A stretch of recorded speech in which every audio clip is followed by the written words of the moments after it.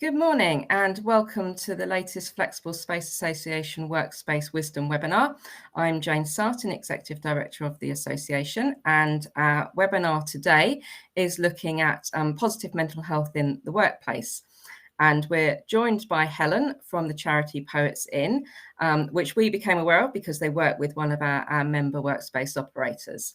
So I'm going to hand over to Helen, but if you've got any questions, please put them in the chat box and we'll take them right at the end when Helen has finished the presentation. So I will put your presentation up, Helen, and let you carry on. Brilliant, wonderful. Well, a very good welcome, good morning to everybody. I hope that you're all very well. My name is Helen and I am a project worker at PoetsIN. So PoetsIN is the creative mental health charity. And as we know, we are looking today at mental health. So a number of things that we're going to look at today. I'm going to tell you a tiny little bit about us, but also just look very high level at these different sections. First of all, understanding what we mean by mental health, and then look at the language that we use, because we know in the workplace that this is so important that we have an understanding, a shared understanding of language, and then the impact that that can have in terms of stigma. So what is stigma and how would we notice that in our place of work? That then links us to talk about some of the key, most commonly experienced of poor mental health, of mental illness. And then what we hope is really helpful is how do you spot those signs in somebody else? And really, really importantly, what can you do to support them? We've then got a little bit of time for some Q&A at the end. So if you have any questions, please feel free to throw them in. If I don't know the answers to them, I can get in touch with the team and find somebody who has a bit more knowledge about various things. We're all specialists in certain areas and they might be able to support that, and we can send those answers on to you. So first and foremost, welcome, as I said earlier. So we are PoetsIN. We are the creative mental health charity. We were established in 2016. We actually started behind the walls of Peterborough Prison, but we've grown and developed since then. And we use creativity to help reduce mental health symptoms, but also in the context that we're looking today to educate and also aim to help reduce stigma around mental health.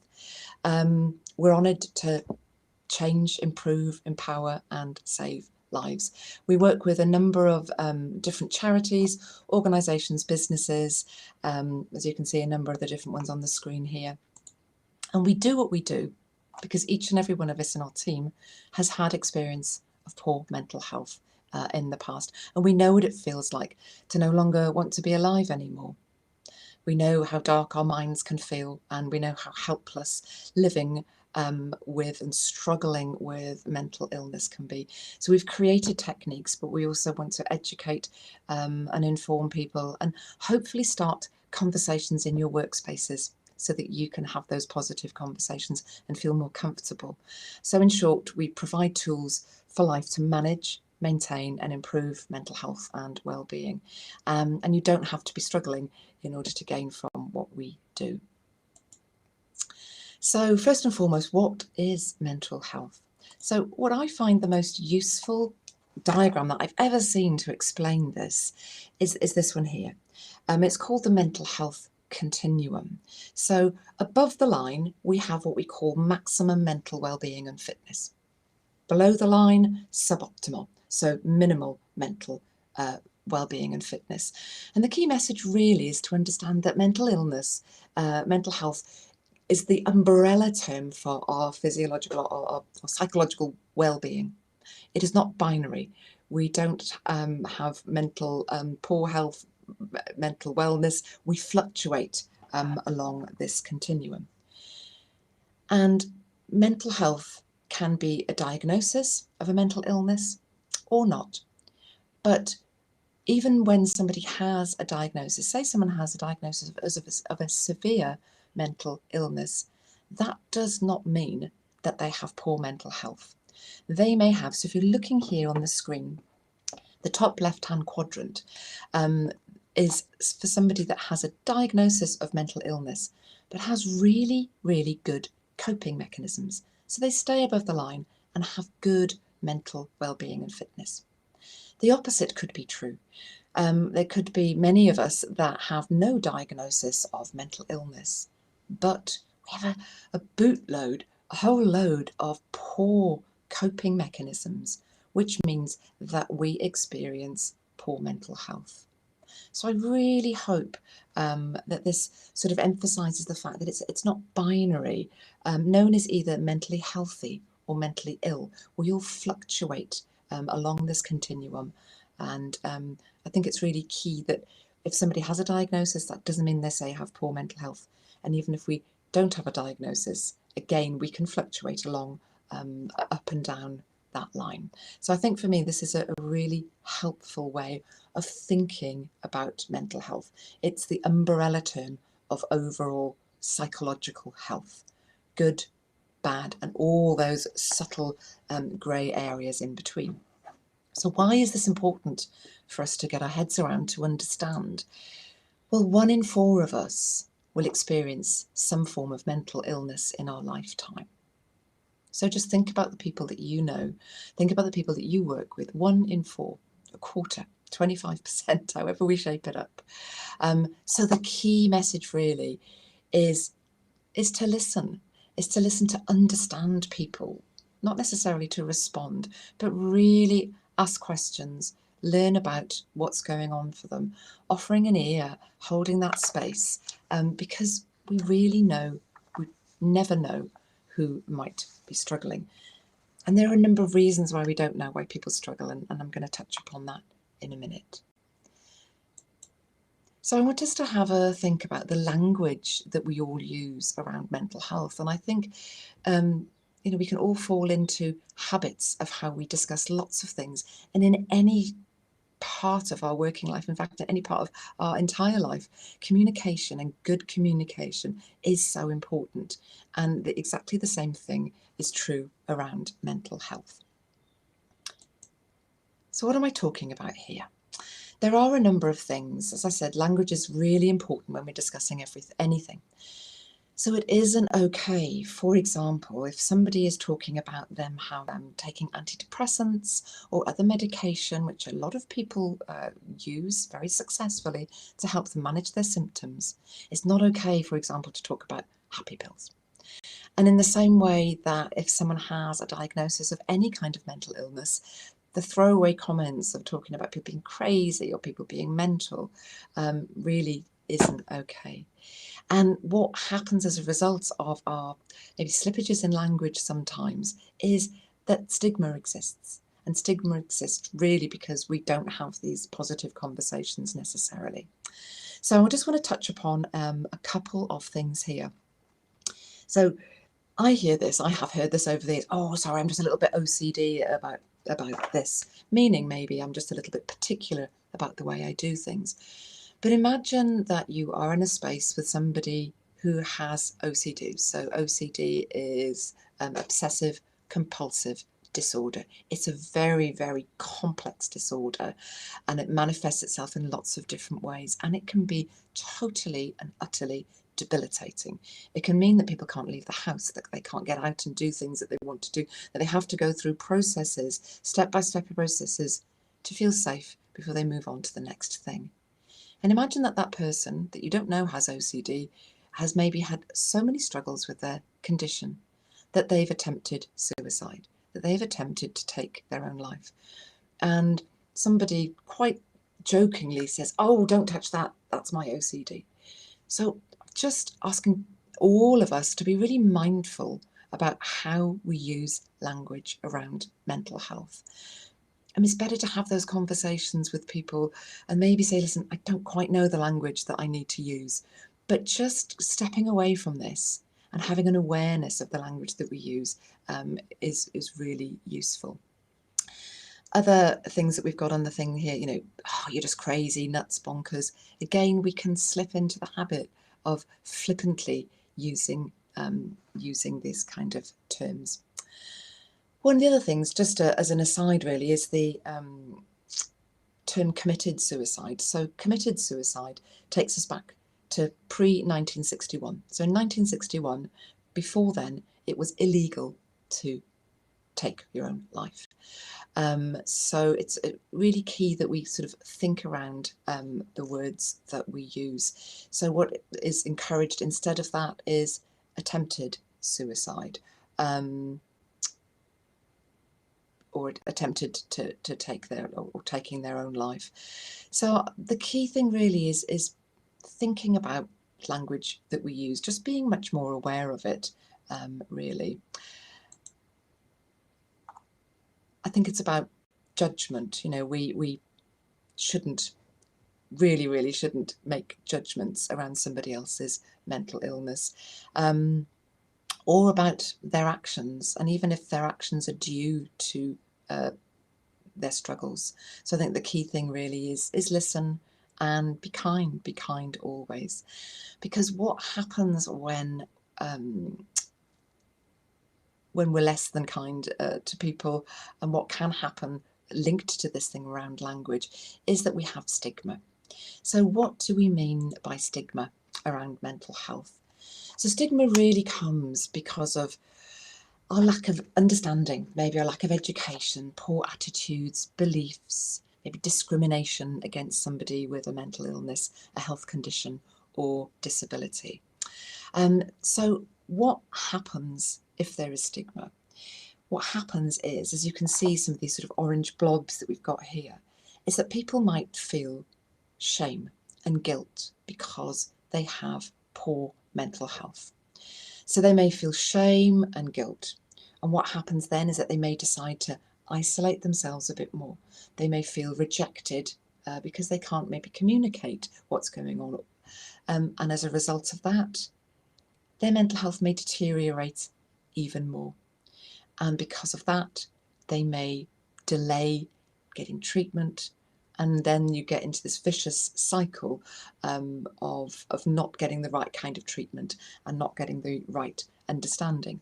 And as you can see over on the left there, those delays in accessing help can actually increase mortality. So people are at more risk of death because they have not sought the right type of help.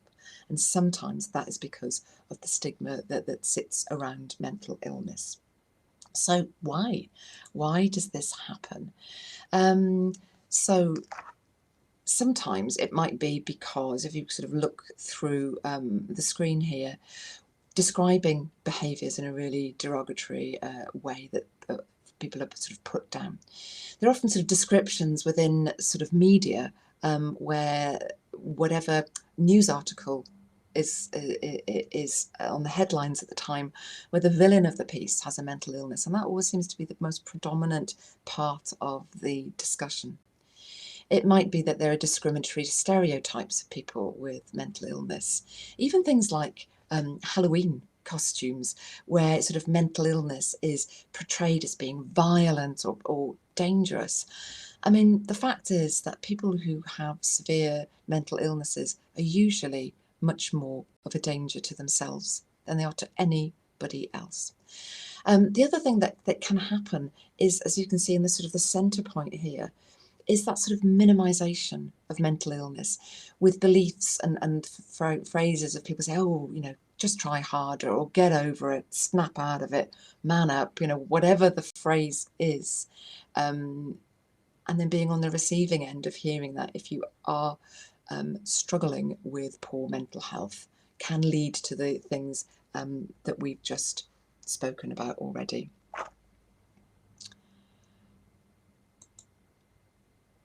So what might stigma look like in the workplace?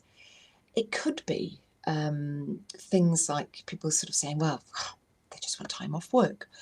Or maybe making that comparison, well, I knew someone who had depression and they didn't act like you. So there are so many subtleties and nuances. It's such an individual reaction. Our symptoms are so different, one person to the next. And we're going to have a quick look at some of the key mental illnesses that you may experience yourself, or you may notice in the workplace. And you will see that although there are similarities, everybody's symptoms are very, very unique to them and very different.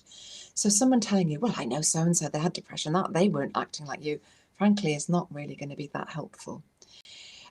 People sort of minimising it, you know, it's not mental illness, it's just stress. Or mocking someone and calling them weak because they're seeking help. In fact, the people that seek help are probably some of the strongest people, sometimes the people that experience poor mental health is because they are strong and they keep on going.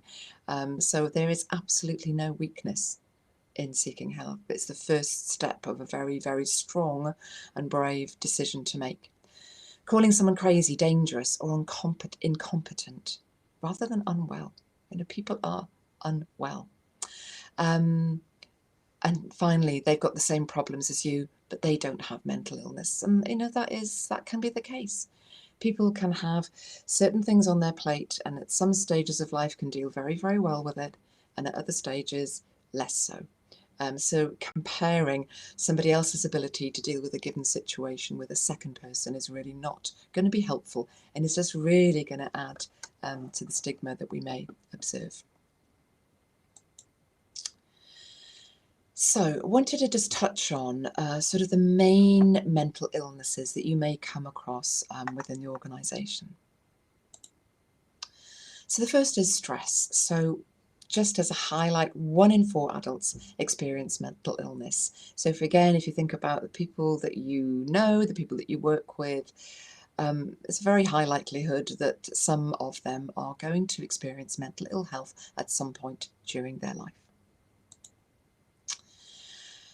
So stress can be caused by a number of different ways. We put work there as the main sort of category there because we're thinking about it within a work context. But there are so many other things that sort of make us human, and experiences that we have that can add. So grief, relationship problems, job loss or challenges at job, money worries, debt, health concerns, worries about other people, worries about the external environment, so many layers and layers that stress can be prompted by. So I think it's really, really important that we understand that there are so many different reasons that somebody may be feeling stressed. And how does this manifest itself? What are the signs and symptoms? And again, these are going to be very unique. So when we run our workshops, we sort of talk to people and ask them to think about, what are your symptoms of stress and what makes you stress? And I think it would be a really useful thing maybe to take away from this session is for you to think about and maybe talk with other people that you work with. Okay, so what is causing stress at the moment? And what coping mechanisms can we put in place? And sometimes we can find what we call practical coping mechanisms. So there's a situation that's happening and we can find a solution to it. And other times we just need to find what we call more emotional coping mechanisms, where we find things that help bring our stress levels down, whether that's going outside for a walk or chatting to a friend or losing ourselves in a good TV program or a book, or exercise and meditation, whatever that might be. So we can see on the screen there signs and symptoms of stress. These are going to be very different for everybody, but there are some core themes. People may feel anxious, angry, annoyed, low mood. So it's a whole spectrum of different manifestations. And stress can affect the way that we feel and behave and also give us physical symptoms. So I know for me, when I feel stress, I feel it in my shoulders and it manifests itself in really bad tension headaches. It can affect people's gut, their gastrointestinal problems. People may become withdrawn, may notice differences in their breathing, may struggle to make decisions. So it's that impact on our cognitive ability, our ability to get on with our day-to-day work and our day-to-day life. And it may lead to healthy coping mechanisms. So anxiety. 8 million people in the UK have some form of anxiety disorder, and there is a whole spectrum of different disorders, from a generalised anxiety disorder, which is more generalised, to things like PTSD, post-traumatic stress disorder, OCD, which I mentioned earlier, panic disorder, phobias, social anxiety. So a whole gamut of different areas that fit into this category. So again, a wide range of symptoms. Again, some of these can overlap. Sometimes it could be anxiety, sometimes it might be stress. So struggles with concentration, feeling panicky, alert, impact on sleep, struggling to go to work, avoiding situations, feeling irritable, disconnected. Again, maybe that physical manifestation of shortness of breath, hyperventilation. And what can people often tell us, and what I know from my own experience of living with periods of anxiety, is that feeling of dread and feeling like something terrible is going to happen, although you can't quite pinpoint what that thing is. So it can be like a blanket feeling, a generalized feeling. And then the third thing that we just wanted to very briefly touch on is depression. So 3 in every 100 people will experience depression. But much bigger than that, 8 out of 100 people will experience anxiety and depression at the same time. And that sort of mix of those can be really debilitating. So what do we notice with people with depression? People may feel sad, low. They may have a sense of worthlessness or an emptiness inside, and may find things that they usually enjoy doing, they just can't access that feeling of joy. And lots of different manifestations: concentration, tiredness, thinking is implicated, sleep is impacted, and food is changed. So it's complicated. So we've touched on those because we want to just talk about, how do you know? If you're working with somebody, how can you spot those signs in somebody? And really, really key, how can you support them? So we've touched upon some of the signs there. And I think a couple of key things to pull out of this is that, first and foremost, many people mask their symptoms. Many people might hear the mantra, keep a stiff upper lip, keep calm, carry on, whatever things are bandied around.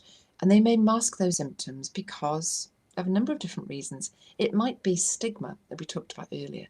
It might be a fear of having that conversation with anybody.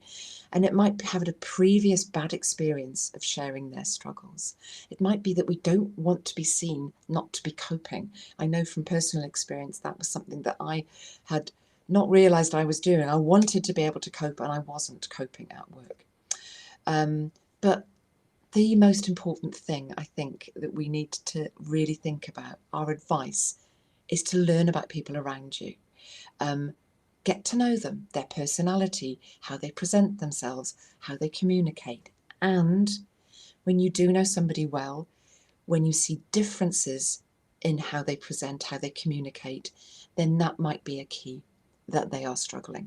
So I think that's probably one of the most important things to take away. Now, it might be that people tell you, but often it won't be. You might see things like changes in appearance, changes in the way that somebody speaks. They might become a bit more withdrawn, or on the flip side, they might become more animated. That can often be the situation. So know how somebody is usually, and notice if there's anything different. It might be things in online posts. People might be a bit more tearful, changes in behaviour. They may start to neglect in areas of self-care. So before we sort of finish, just a final things to touch upon is, okay, so I've spotted that somebody may have poor mental health. They may not have said anything, but what can we do? What can we do to support people within the workplace? So there's a whole different array of different things here. There's one here that I can point to on my screen, but ask the person what they need. It's going to be so individual that opening up that dialogue is really important. Have different offerings of support that might help people with different needs. Provide a space to talk free from distraction. Meet people with empathy and understanding and compassion, and listen to what they need to say. Not trying to fix, not trying to find a solution. We're not suddenly having to become mental health first aiders or counsellors. That is not what this is about. It's about being able to start these really positive conversations that are going to benefit all of us. Validate them, even if we don't understand what they're going through. Validation can reduce the intensity of people's emotions. So some tips on what not to do. not giving unsolicited advice. Oh, right then. So you're struggling with stress. So what I would do is A, B, C, and D. Well, first of all, we don't know what's prompting the stress, and what works for one person is not going to work for the other. And being told what to do, sometimes we just can't do the thing that we know is logical. So step back and ask and listen. Don't compare what the person is going through to somebody else, because it's never going to be the same. Don't tell them, just get on with it and carry on. That really, if they could carry on, if somebody could carry on, believe you me, they would be. Don't assume that your experience of the same thing will help others to get over it, because mental illness affects everybody differently, and it's really, really nuanced. It's really subtle. And finally, don't try and fix, but if people aren't ready to talk, don't push them to go any faster. We've said ask them what they need, but what they need just might be a little bit of space. They might not yet be ready.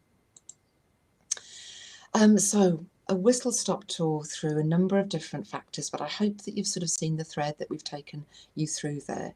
And I'll hand back to Jane really to see if there are any questions that have come through during the session. So thank you so much for all listening.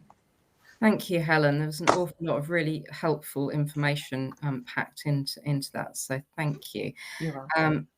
So should we just put you, I'm just going to move on to your final slide, so that if people want to get your details down, or the charity details down, then they can do that. We'll just leave that on the screen for a minute. Now, we always ask people when they register, if they've got a question they want to submit at that point, as well as when we're live. So I've got one here that I'll just ask that was submitted in advance. And just a reminder to people that if you do have questions, you can still put them in the chat box. We have got a couple that have come in during our presentation. I think I'm not going to make them live, just given the nature of some of the content, but we'll go through them in a minute, Helen. I think you can probably see them actually, but I think I will read them in a minute.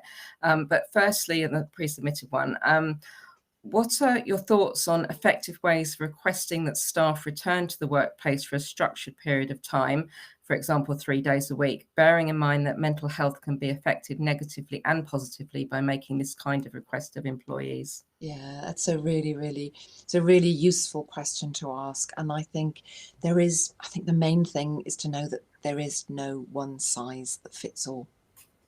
I think start off with understanding what they need and what you need from them, and start off with a certain amount of coming back to work, and assess as you go along.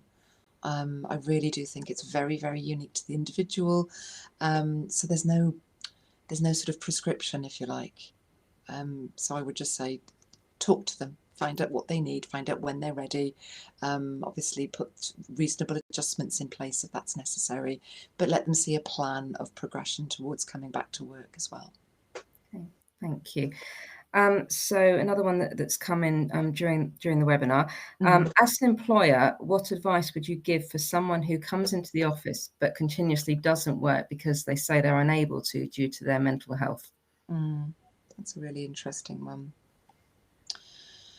I think again it goes down to coming back to having those conversations about maybe putting a mental health. So there's a mental health, I think what the phraseology is, action plan, where you can open up conversations with staff and find out what it is, what the situation is, what will help them, what they need to, what their symptoms are, so that you can understand them, what reasonable adjustments need to be put in place. Because under legislation, we do need to understand what people's symptoms are, and we do need to put reasonable adjustments in place. So I think about having a mental health action plan, and maybe if you want some specific support with that, perhaps get back in touch with us directly. It sounds like it's a very sort of specific question. I hope that answers it a little bit. Yeah. Okay. Thank you. Now, another question I feel isn't quite the area that we've been covering, so I don't want to put you on the spot, but I don't want to just not take the question. Yeah. So we've had one about someone's daughter and not being at school and being bullied and how to deal with that. Are there any even sort of sources of where to go to for help on that professionally? Yeah, that's a really useful thing. I'd say get in touch with us again. Get in touch if you email in at info@poetsin.com. Then we'll be in a good position to perhaps signpost you to organisations. Maybe there are some organisations that are geographically close to where you are. So info@poetsin.com. The team there are really, really helpful in terms of being able to signpost. So I'm sorry that you're experiencing that. Just reading the yeah, I mean, one of the other bits of advice really is to have a conversation with the school, have a conversation with their team, the safeguarding team at school. Perhaps go through your GP, if you can, get an appointment and then explain the situation and ask for them. I mean, there's CAMS, which is for the child and adolescent mental health charity. We could get in touch with them.